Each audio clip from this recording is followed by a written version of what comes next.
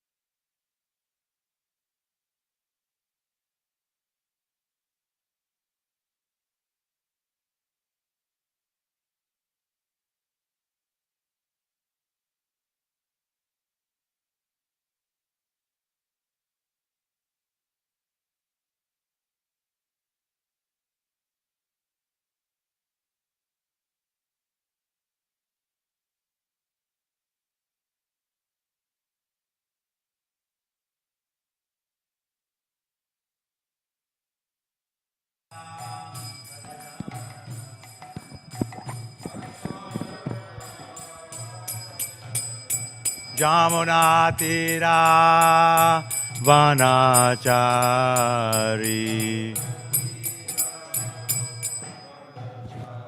Jamuna Tira Vanachari.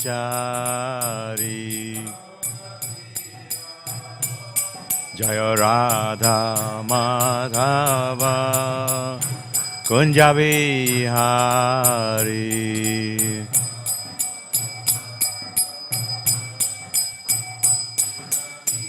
Gopi Janavallabha Girivaradhari.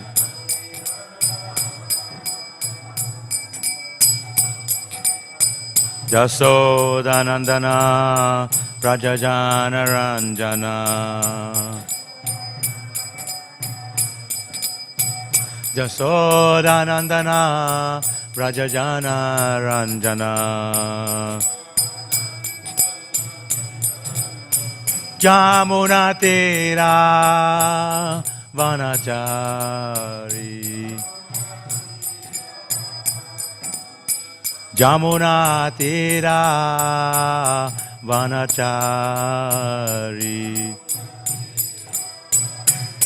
Jaya Radha Madhava Kunja Bihari.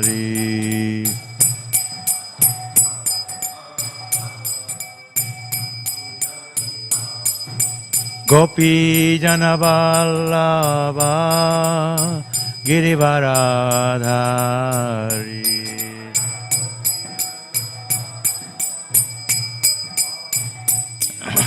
Jasodanandana Brajajana Ranjana. Jamuna Tira Vanachari.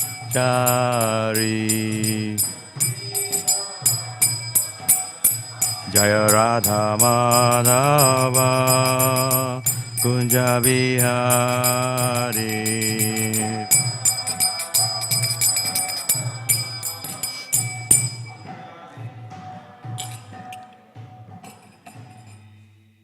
Jai Vishnupada Paramahamsa Parivachikacharya's Divine Grace A.C. Bhaktivedanta Swami Śrīmad Bhāgavatam Ki Jai Śrīmad Prabhupada Ki Jai Nitya Jai Vishnupada Paramahamsa Parivachikacharya's Divine Grace Śrīla Bhaktivedanta Goswami Śrīmad Prabhupada Ki Jai Ananta Koti Vaishnava Vrinda Ki Jai Namacharya Śrīla Haridas Thakur Ki Jai Grantara Śrīmad Bhāgavatam Ki Jai Nitai Gaur Premanande. All glories to the assembled devotees, all glories to the assembled devotees, all glories to the assembled devotees, glories to Sri Guru and Sri Gauranga, all glories to Srila Prabhupada. Hare Krishna.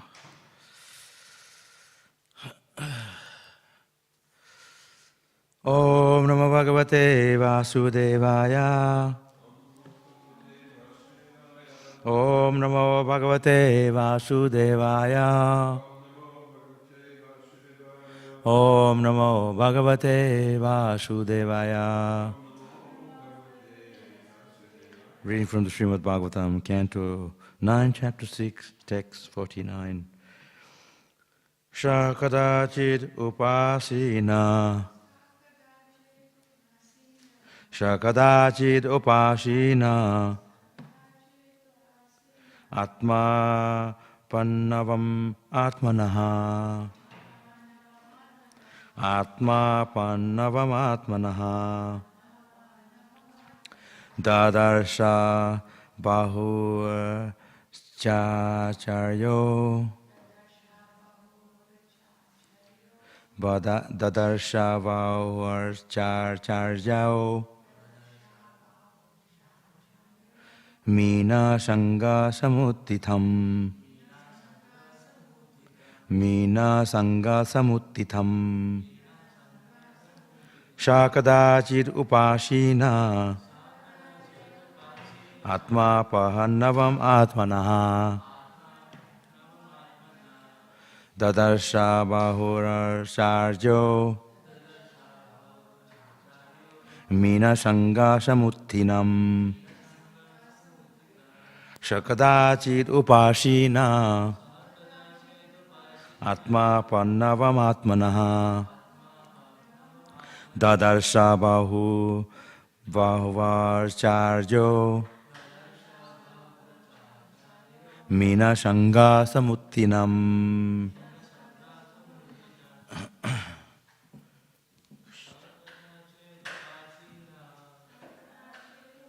China.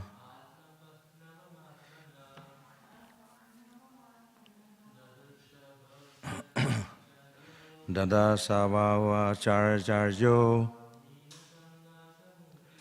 Mina sangha samuthinam.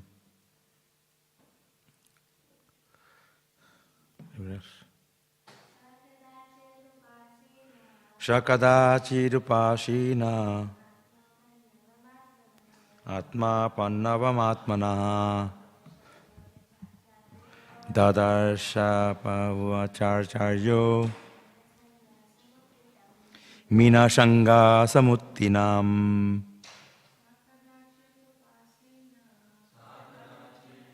Shina.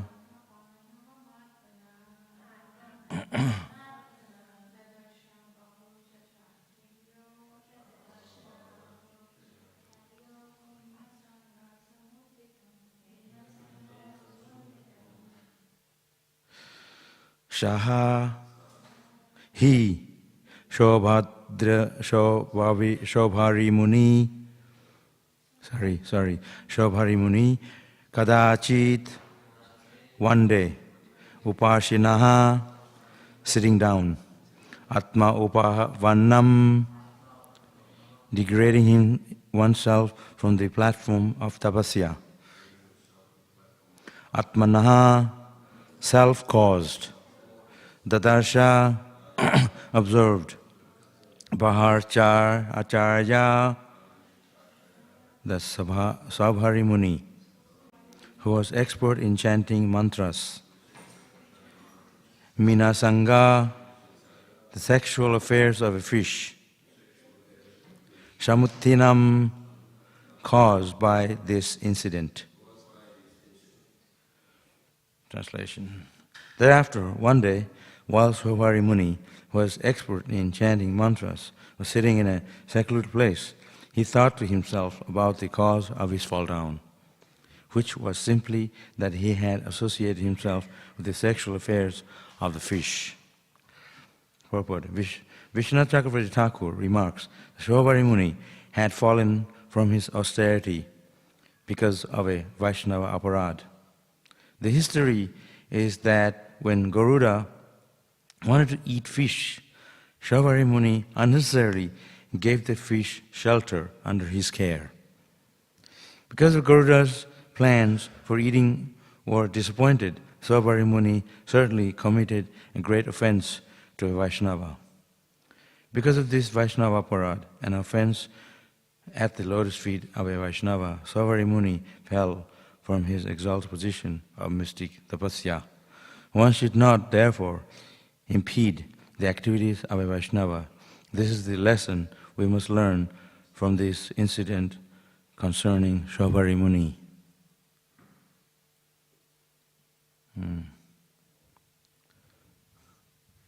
Okay. I'm just going to read again the purport to myself.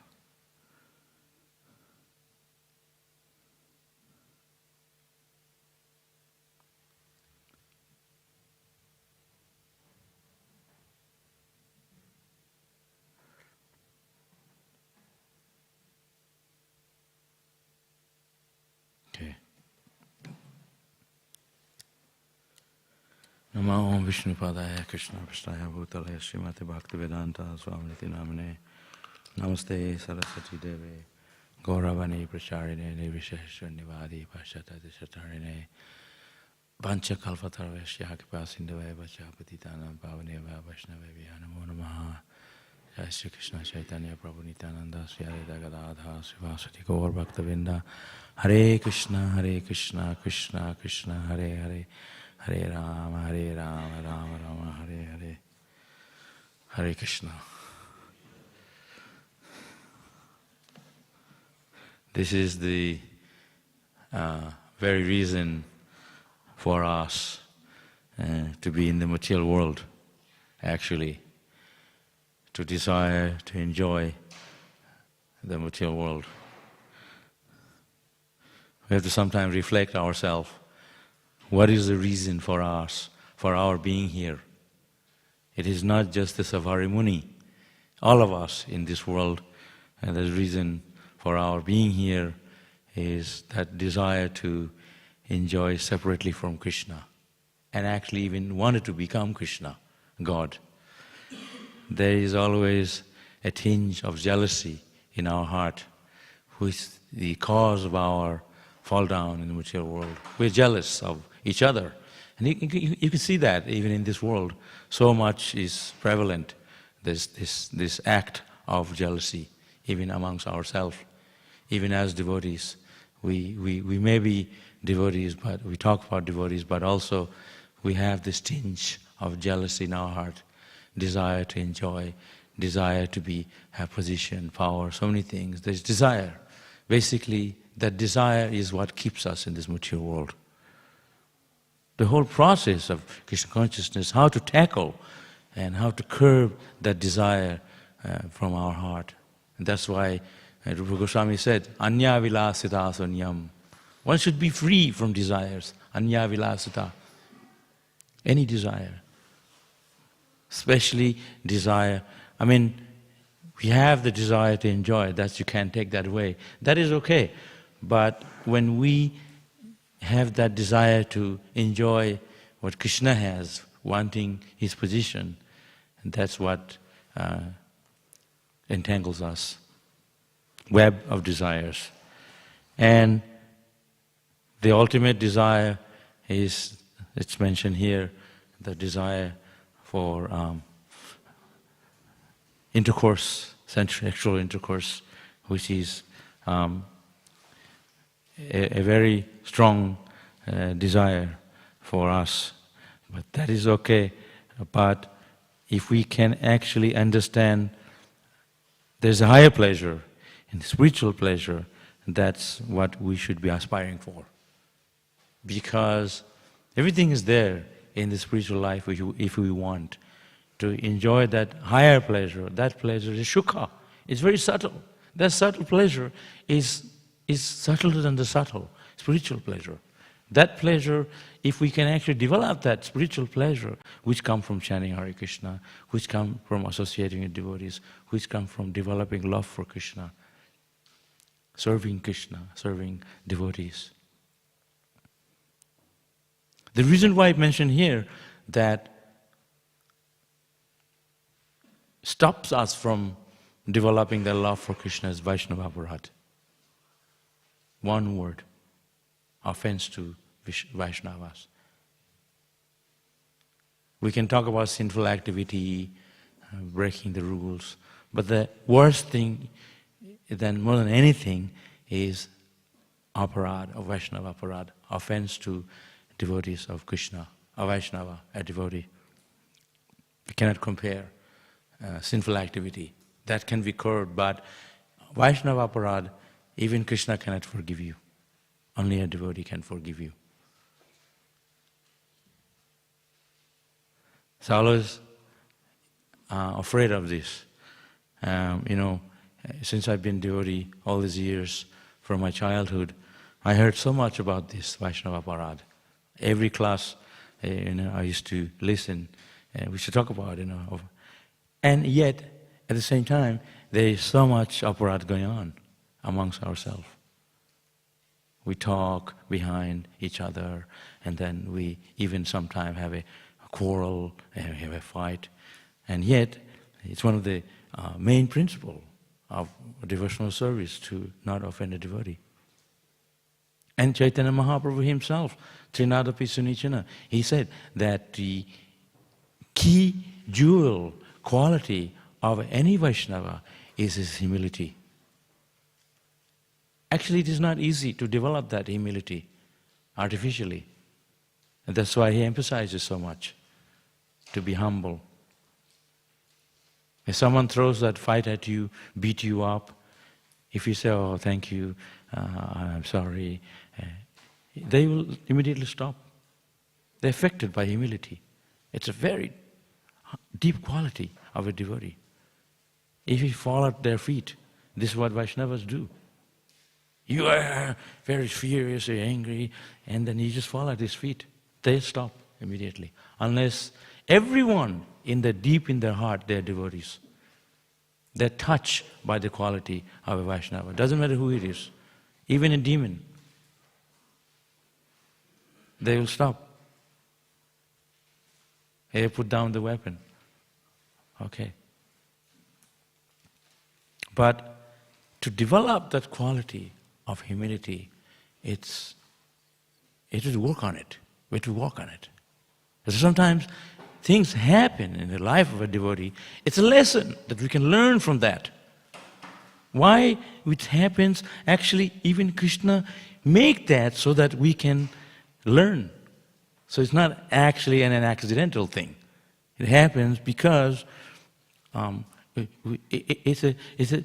how it works. It's a system. If you are a devotee, then we learn from that, because then we know, we see through the Shastra. Aparad, Vaishnava aparad, is such a serious thing. Even God himself cannot forgive you. If you fall down to sinful activity, you break a rule, or you can somehow ask Krishna for forgiveness, or you can come back up again and start again. But how do you curb a Vaishnava aparad? That actually scares me. Like if I hurt someone today, this morning, suppose, or say something, I don't know about you, for me, the whole day I'll think, "Oh, I made offense to that devotee. He said this to me, I said that to him." It will affect me throughout the day, at night even, till I go to him and say sorry, or let's work it out. I won't be able to be ease throughout the day. So actually, we should feel that way. Whatever happens, it's important to be forgiving. Quality of it. Even Christians, they say forgiving. Jesus said forgiving. They crucified him. He said they don't know. Let's forgive them. But if we don't have that quality of forgiveness, what kind of devotees we are? In Lord Nityananda, he used to go door to door and make people chant Hare Krishna. And some people, they don't want to chant Hare Krishna. So he'd lie on the ground and roll on the floor in front of the door till they chanted Hare Krishna once. Show a big tantrum. Just to get rid of him, they chanted Hare Krishna. Then he said, thank you. Then he left. But to roll on the ground, to chant Hare Krishna in that attitude, it requires humility. To go out, make people chant Hare Krishna, go out and do book distribution. Face the people when they are throwing and spitting on you. I had people spit on me in Sankirtan. You can't go after them. Then what's the difference? You and, India-Pakistan war. They're fighting with each other. Like Prabhupada said, cat and dog. There's just next door to us, just here, behind the park, there. They have a dog there. Every time I walk past, he'll come, "Wow, wow, wow." I didn't do anything. I was just walking fast. So now I bark back, and they continue even worse. So this just creates more confusion. So one devotee saw me doing that. He said, "No, he's chanting Hare Krishna." I don't know if he's chanting Hare Krishna. It's just next door to us. And the people around here also barking at us. Not just the dog. I don't know if they're chanting Hare Krishna. So the thing is, we have to be very careful to not make offense to a devotee. Be forgiving, be peaceful, be kind to each other. This is the basic quality of a devotee. If we can develop this quality of humility and forgiving and free from Vaishnava, how are we going to associate being with us and be here with us? If I walk around like I'm so and so, I'm this, that's going to be issues and problems. This is what mature world does. In a mature world, they're all quarreling with each other, pushing each other. I'm the boss, I'm this. So everything important for us to be forgiving, kind to each other. And here it says, Garuda, I reckon he's not vegetarian. He was eating fish and snakes. But if Krishna told us, okay, from today you can eat whatever, fish and birds and whatever, then we would. But he is very exceptional. He's still Krishna conscious. So we follow what the scriptures tell us. In the Upanishad, Prabhupada explains, is Upanishad or Nectar of Instruction, I forget, that people in the West, they never understand how we in India, we clean the floor with cow dung. Cow dung in villages. Even I remember my mother used to use the cow dung and clean the ground because it's antiseptic. Even mosquitoes won't come because it's so clean. But Westerners, they say, what? Cow dung? It's filthy, dirty, it's waste. But it's antiseptic. And they even talk about the Ganga. The Ganges is full of mud and dead body flowing and stuff. I think can't understand why we use the Ganges water to purify us. How can it be so pure? They don't understand that inner principle of the Shastra. Because it's mentioned in the scripture, we accept what is higher, the scriptures or people's ideas. Our idea is based on scriptures. So if scripture says, then we accept that as the authority, as the highest authority. So desire to enjoy is there because it's in Krishna. We are his part and parcel. We also have that desire to enjoy. But Prabhupada said, take prasadam. Do be simplified enjoyment. And Prabhupada used to say, you Hare Krishna devotees, what's the difficulty? You have everything. What's the difficulty? But we always want something extra from what we already have. A little bit extra. Extra salt, extra cheese. Then the problem comes. Somebody has a better car, you can get a better one. Maybe the wife will bug the husband, can you get a better car? They have a better. But that is the material world. It never ends, the desire never ends. The more you have, the desire will increase. Like Krishna says in the Bhagavad Gita, like fire. You put fuel in the fire, it simply increases the fire. That's the desire. But somewhere you have to make an end. Stop here, that's it. If people get married once, and then twice, I know somebody who was married 8 times. Devotee. Okay, as long as you're Krishna conscious, chanting Hare Krishna, but then you keep trying, it's all dry. The same thing.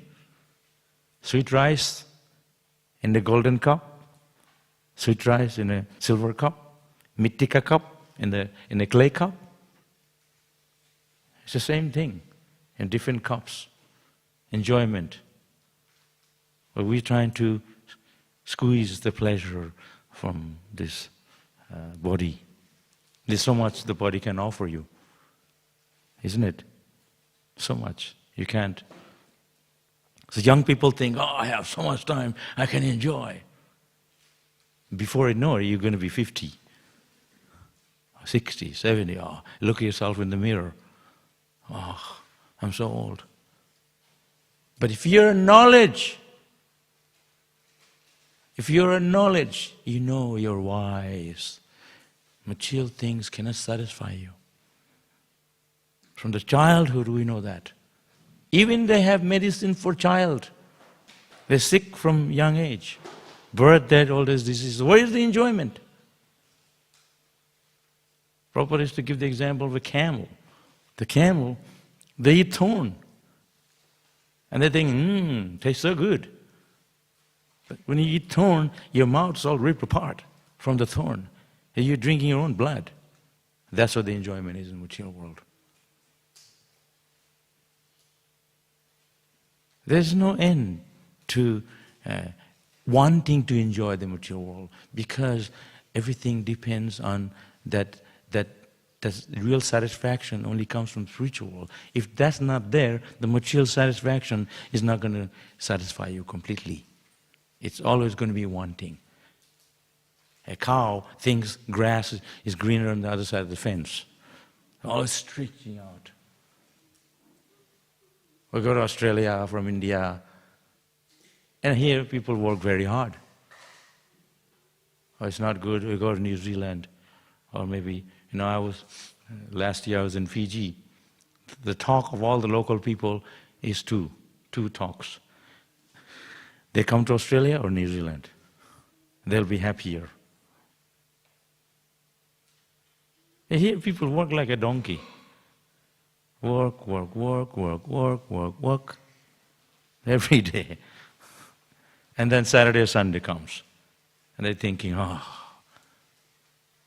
I'm so happy. Monday, everyone's unhappy. It's like someone, you take them, their head, stick them in the water, and take them out for a few minutes. Ah, thank you. Let it again. That's what we're doing. There's no enjoyment. Enjoyment is very limited. But if you can chant Hare Krishna, you can associate with devotees, Sukha, that pleasure is so much more. Material enjoyment is, Krishna explained in Bhagavad Gita, is limited and temporary. Just I was listening to Prabhupada yesterday, and he was saying, Shushukam, the happiness that he derived from chanting Hare Krishna, is sukha, is eternally happy. Shushukam, joyfully performed. Just now I came in here, you're all singing and dancing. 7 o'clock in the morning, you're having a party, good time in the temple. 4:30 actually starts. It is joyfully performed. In the mature world, if somebody does 4:30 in the morning, it's like, what? We're sleeping time. But when it comes to spiritual life, there's no timing. is eternal. All day singing and dancing, 24 hours, eternally. There's no timing in the spiritual world. It's going on forever. But material enjoyment is limited. Just for that little bit of pleasure, people work so hard. So hard. As if people in the street, they can join the temple, chant Hare Krishna, take prasadam. What else do you need? We're not going to live here forever. You see all the brahmacharis here, live in ashram, women living. So, there's one boy wanted to join the ashram, and he freaked out. He said, when they saw you work so hard, they said, no, I don't want to be dear devotee. But he's also working outside, like a donkey. He can work for Krishna. Not only we get spiritual life, and when you die, we go back to Godhead, you get the benefit of your work. Plus healthy, you chant Hare Krishna. So you work out there, you can work like a donkey, but at the end you get nothing. Kuch nahi mila. Nothing. Because you didn't have spiritual life. Just simply maintaining the body. The body will remain here.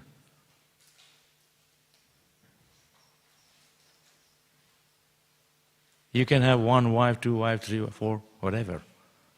But it's the same enjoyment. That's why Scripture says, limit your enjoyment.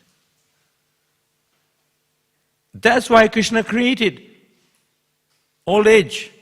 At least at the end of our life, when you turn 50, 60, the body is falling apart. Krishna is reminding us, time for you to surrender completely to Krishna. Give up. There's an indication to give up. Serve me. You should be starting from early age, young age. But you cannot, therefore, at least Panapasta. Krishna created, give up. Separate husband, wife. It's time for Krishna. That's the purpose of life. Still you're trying to enjoy, squeeze pleasure out of this body. The body is limited, pleasure is not meant for enjoyment. If you have a body very strong, forever, even you're 100 years, still strong. Yeah, everyone has different bodies. Our human body is designed to serve God, to develop love for God. It's not for like a buffalo or a bull. It's meant for serving Krishna, for developing higher tissue of our brain. To drink milk, it creates that tissue so we can utilize this body of human life. Just like when you eat heavy food, meat and spices, it creates passion in us. Then you have to have a beer to wash that. But if you eat vegetable, fruits, simple food stuff, you don't need those things. So this is what human life is for. Sattvic, spiritual life, sattvic life, more of goodness. When you want to enjoy this body, then it disturbs the senses, agitates the senses. That's how we don't even take onion garlic, because it agitates the senses. It creates that stimulates the senses. We don't want that. We want to discipline ourselves so we can serve Krishna. The idea behind our activities, how we can love Krishna. The idea behind our lifestyle, so we can love Krishna. Idea behind everything we do, so we can have control of our senses, isn't it? So let me do whatever I like. Let the senses go wild. Let me go out. Obviously, you will have no control of your senses because you are being loose to yourself. That's why you have this process. No illicit sex, no intoxication, no gambling, no meat eating. We're not doing artificially. We're doing it because this is what Krishna wants. This is what we are meant to do. This is the purpose of life, is to control our senses, and so we can, through the higher taste for Krishna. Rasaha must, what is that verse? Vishaya vinivartante.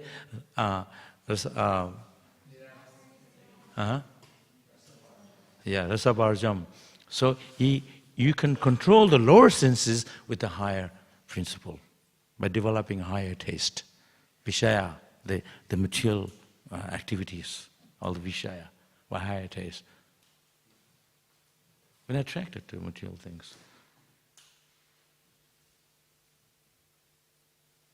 So that boy, he said, oh, if I join the ashram, it's too much work. But you see, all the devotees in ISKCON, we all work hard, whether you're in an ashram or not. All ISKCON is an ashram, Hare Krishna movement. We follow this 4 principles. You want to be in it or you're out. You want to be working for Maya? Fine, out there. Get out there. Work hard, but you get nothing at the end. Here, we can work hard for Krishna. Whatever it takes, we want to be part of this Hare Krishna movement. We have to make the situation suitable so we can be friends to each other, so we can live peacefully. We can create the atmosphere so suitable so we can serve Krishna. Not make difficult for yourself. Isn't it? Just like we're discussing this thing in the Bhagavatam class. It's a platform, class, where we discuss about Krishna. What's in the Śrīmad Bhāgavatam here being discussed. And it becomes so sweet, so beautiful, and so interesting. And here it says, Garuda wanted to eat the fish. I could never understand how Garuda is a great devotee of Krishna and he wanted to eat this fish because Prabhupada Muni disturbed the fish and he couldn't eat it. So it became a Vaishnava aparad. We ordinary devotees will never understand this. But he is exceptional. We have to follow the 4 principles.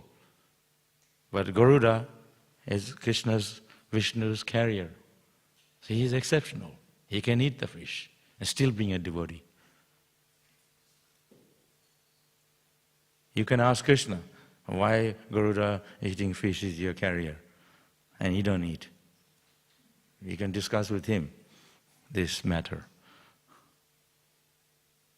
Sometimes it becomes a political issue amongst ourselves, but all there in the book.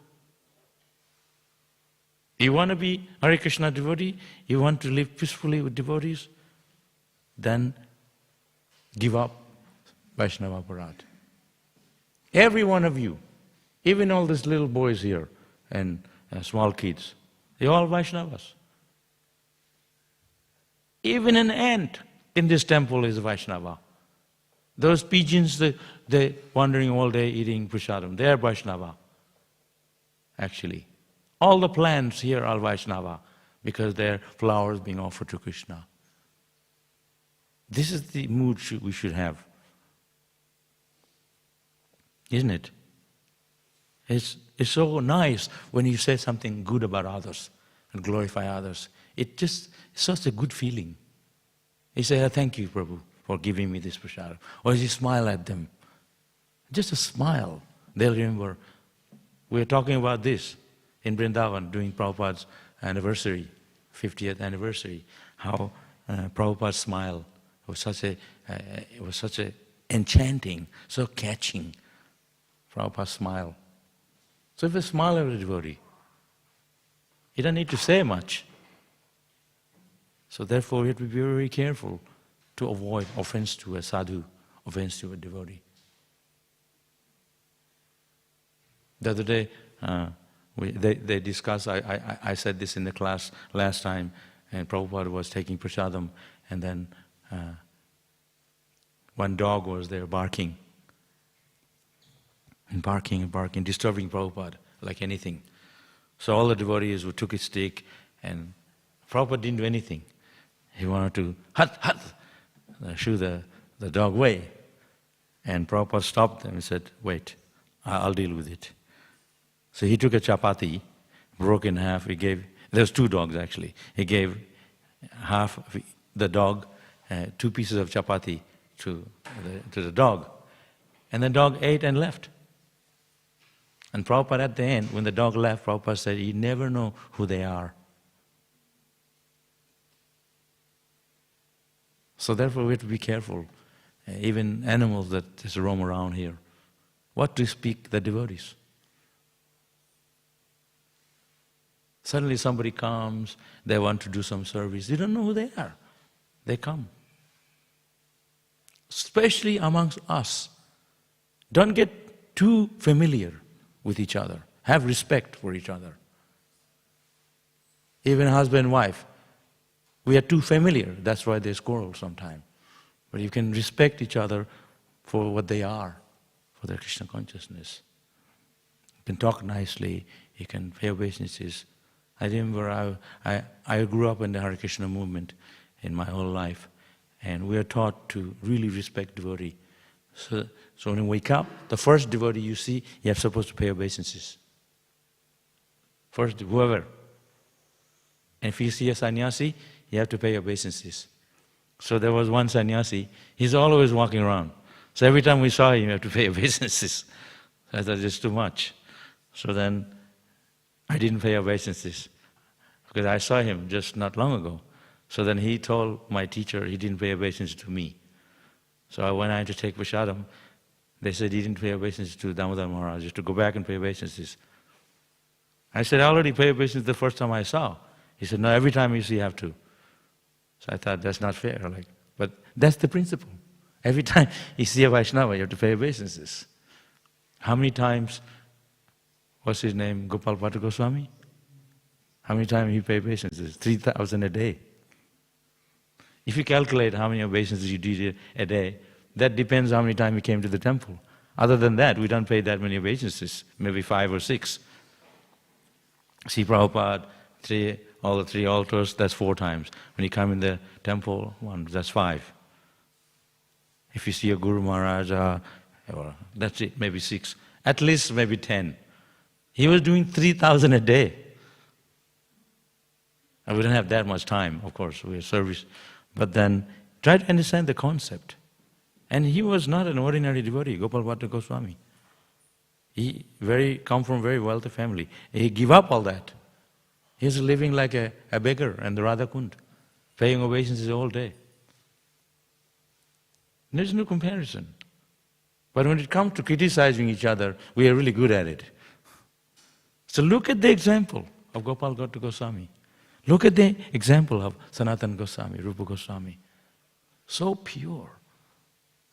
Rupa Goswami, Sanatana Goswami, it mentioned that the Brajavasis used to come, the family, husband, wife, children, they used to go see and ask them, they have some problem between the husband and wife, family problem, if they can solve. They trusted them so much, they were like counselor. Because of their purity, they're so loving, they love them so much. They're sadhu, what is to do with counseling a grihastha? But because they love them so much, just smile at them and say some sweet words, they're happy with that. That's all we need. If we can't get that from each other, who are we going to get it from? Isn't it? Love, that love we always talk about. The ultimate love is love for Krishna, how we can love for Krishna and his devotees. If we don't love Krishna's devotee, how are we going to love Krishna? The real love is not in the material enjoyment. Real love is very subtle, spiritual love. That love comes from chanting Hare Krishna. That love comes from serving a devotee. That comes from humility, very subtle. You know, like sometime, one Mataji told me, when I used to live in Hong Kong, my friend's mother, she's like such a nice lady. She's always cooking. Whenever they want, they call her. She's such expert at making chapatis. She can make 500 in like less than an hour, without help, like a machine, and it's perfect. So they used to call her on a festival day to make chapati. And she loved doing it. There was no hard feeling, oh, they're calling me again. No, she loved to do it.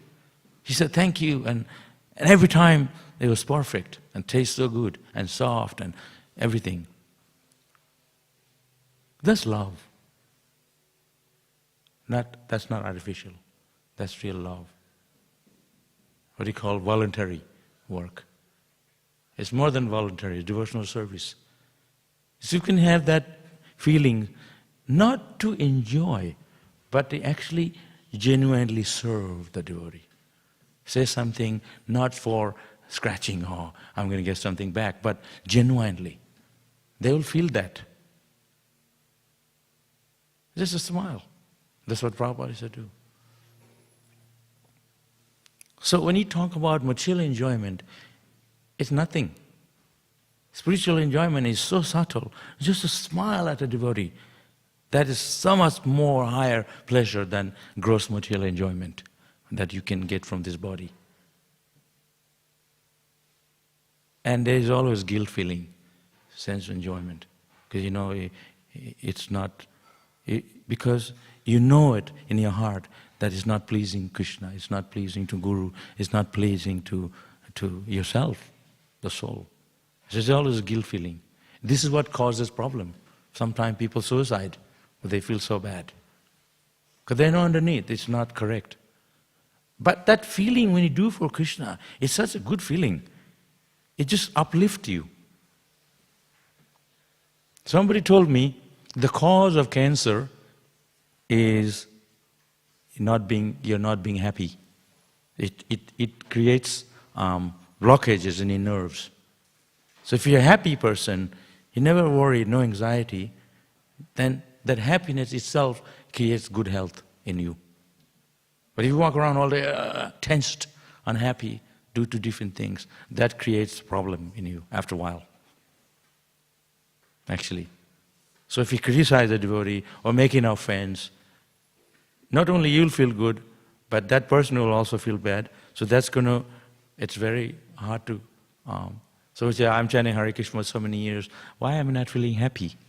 Because the Vaishnava aparat, it blocks offense to a sadhu. This is very, very careful. Don't think, I'm a devotee for so long. No, we have so much work to do to improve our Krishna consciousness, actually. Always talk good of others, even if they are not devotee. We went Harinam one time. You remember, Mataji? We went Harinam, Hare Krishna. We were attacked by one Mataji, very nice girl, maybe 20. But she was like demon. She had like, remember that? It was coming for me. She came for me, but we had devotees around. So he grabbed my shirt from the back, but she wanted to kick me, but then devotees around me. And she kicked Harinamananda. So I could just flick her, she'll go flying. But they said she's a Mataji, a young girl, we don't do stuff like that, be respectful, people are watching us, we're in the street, how we behave, we are devotees. So with all this in mind, we're just being very, very careful. She was following us all the way from beginning to the end. And we had to deal with that. And we called the police, they never came. They were just down the road. So we had to go through so much hardship when we face preaching. But we have to live by the principle of dharma. Don't give in to senses. Follow what's in the scripture. What is pleasing to Krishna, we must follow that forward as the priority. Even if it's hardship for us, it's pleasing to Krishna, that's what pleasing us.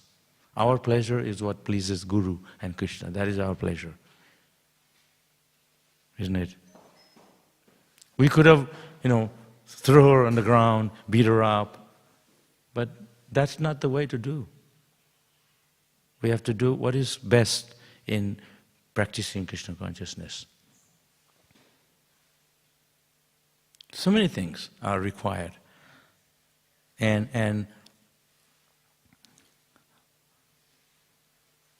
it's not we can sit here and talk about it. But then we have to practice what's in the book. We distribute books, but we have to expect to know what's in it. So, they slap you and say, what's in the book? No, we have to know what's in the book as well as distribute. So, more than knowing is to practice what's in the book and follow lifestyle, through our lifestyle. We know sense enjoyment is gross and this and that, but still we're running after it every day. We throw our bead bag and we go run after enjoyment. So how we actually really understood this principle of mutual enjoyment? It's still there. We haven't curved it. Just like when you take the metal, you put it in the fire. When you put the metal in the fire, it can bend it. Then they hammer it to get any shape they want. You know that? They put it in the fire and it can mend. Metal's very tough, you can't break it. So then they put it in the fire, become red hot, and then they bang it and they can make it any shape they want. So Krishna consciousness is like the fire of chanting holy name. We can bend the senses by disciplinary, through chanting. It's the only way.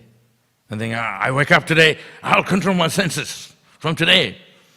It's not like that, that's artificial. Next minute you're down, falling down again. Next day. That's Vogatyag. Today, tomorrow not. One day I am, next day no. You have to learn to be steady. There's a ruchi. The taste, the steadiness come by, following it. Be strict with yourself. By developing taste for chanting Hare Krishna. Krishna says, Krishna is there in the name. You pray to Him, He will help us. Prabhu, help me. They will help. The devotees have the power to help you. They can bless you. Ekakiyamai nahai paibal. Bhaktivedanta said, on my own, it's not easy for me to control, to develop this taste. But together we can. Sangha, that's what it means. Come together, association. Together we can. We see others doing it, I wish I could be like that. I want to be like that. I want to do it. So we inspire each other. One devotee said, I want to go to Radhakund and chant Hare Krishna. Asked Prabhupada. Prabhupada said, there's enough monkeys down there. You don't need one more. Because when you're on, your mind will go everywhere.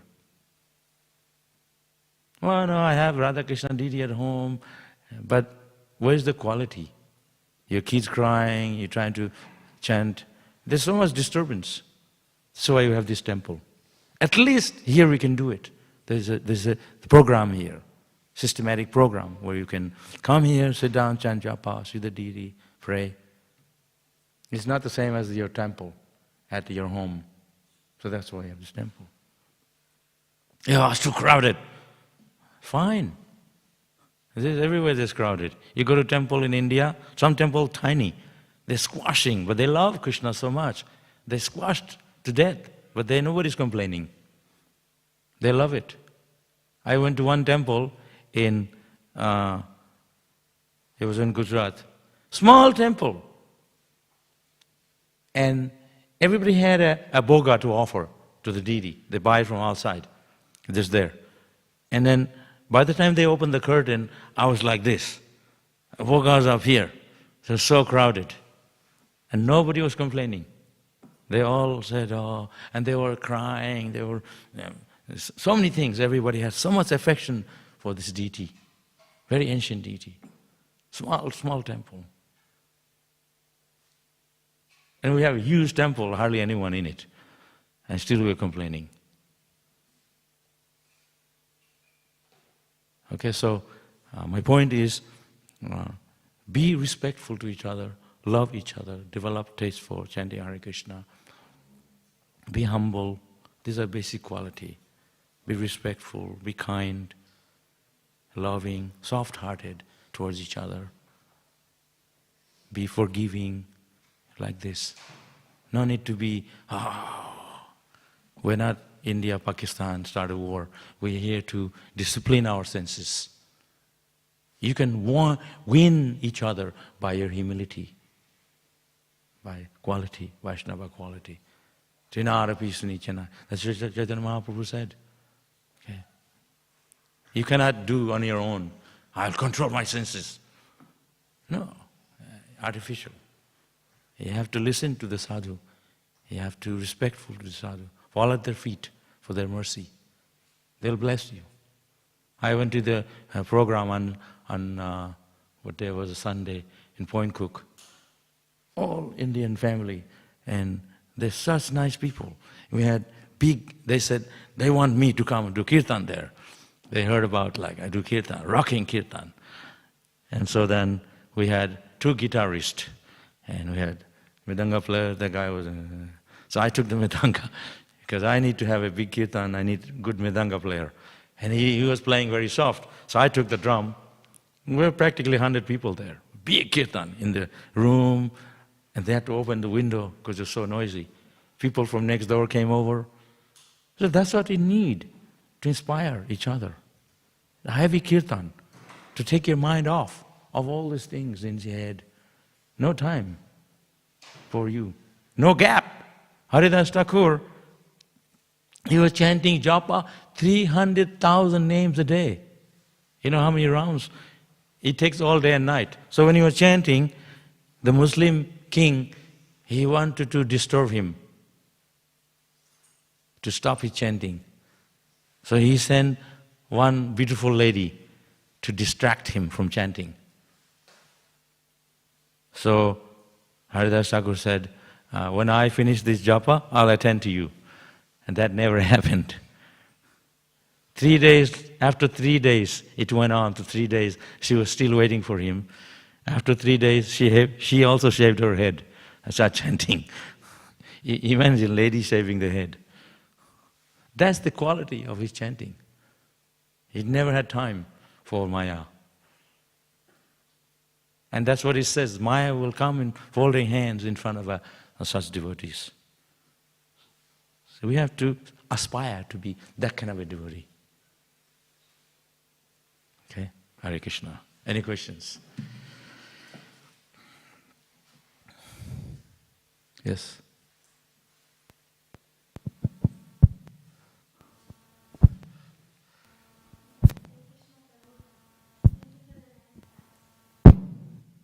Yep. It's working now. Yeah.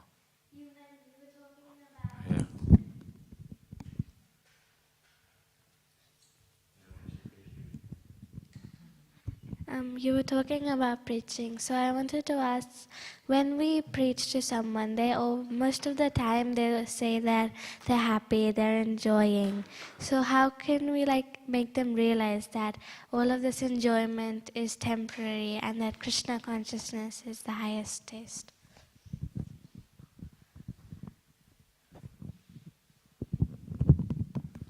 Well, whenever I see you, what's your name? Huh? Sevika. Whenever I see Sevika, I feel happy.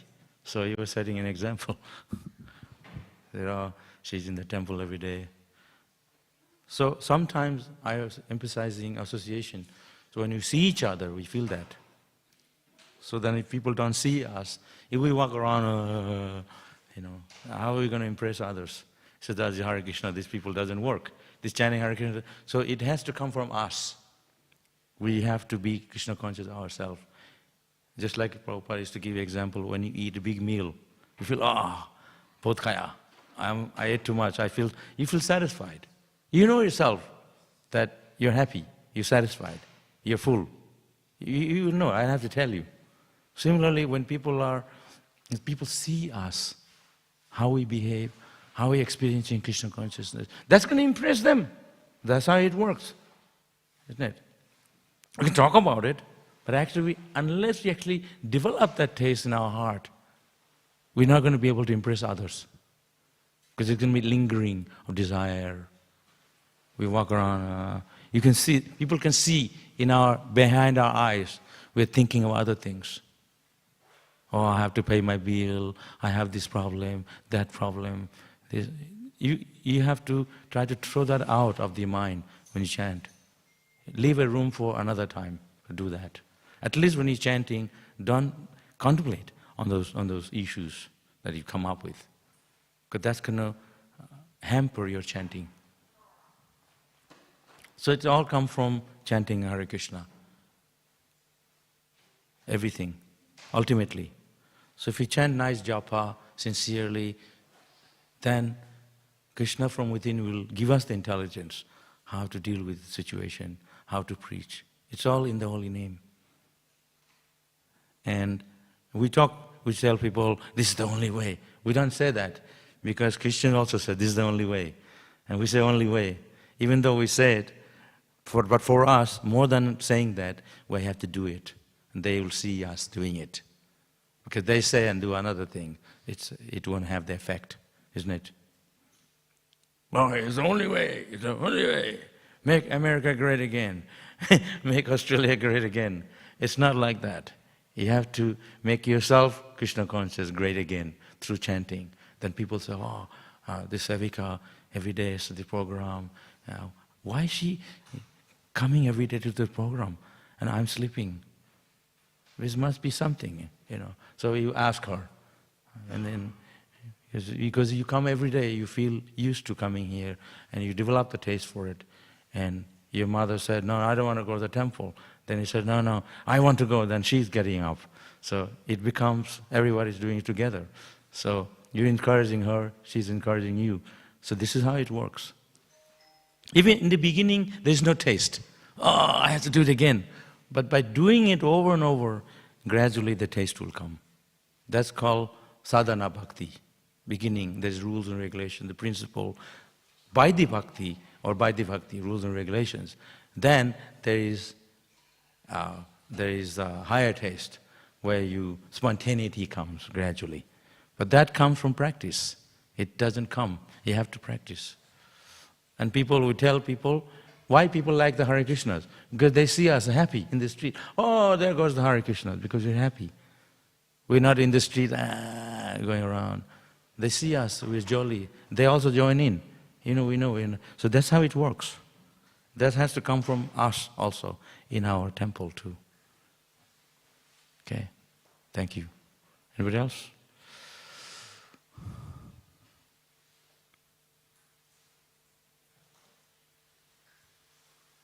Okay, thank you. Hare Krishna.